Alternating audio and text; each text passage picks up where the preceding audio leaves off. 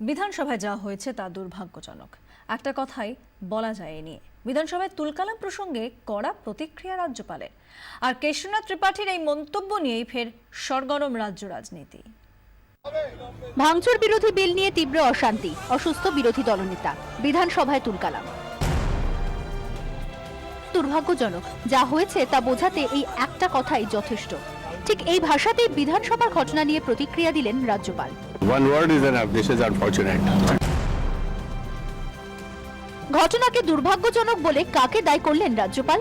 এবার তা নিয়ে চাপানুতো শুরু সরকার আর বিরোধী পক্ষের। বিরোধীরা বলছেন রাজ্যপাল এ কথা বলে আসলে সরকারকে কড়া বার্তা দিয়েছেন।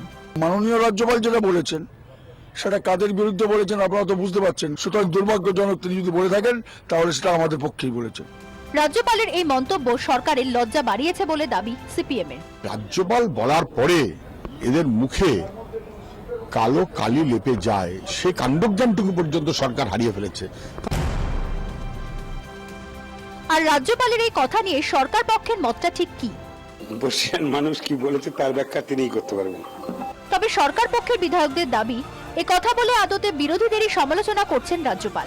দুর্ভাগ্যজনক মানে ওরাই তো করেছে, আমাদের তো কোনো ব্যাপার নেই, ওরাই তো সেগুলো ঘটালো যেগুলো ঘটানো উচিত ছিল না। ব্যাখ্যা যে যাই দিন না কেন, রাজ্যপালের দুর্ভাগ্যজনক মন্তব্যে শাসক বিরোধী বিতর্ক যে নতুন মাত্রা পেল তাতে সন্দেহ নেই। ব্যুরো রিপোর্ট, 24 ঘন্টা।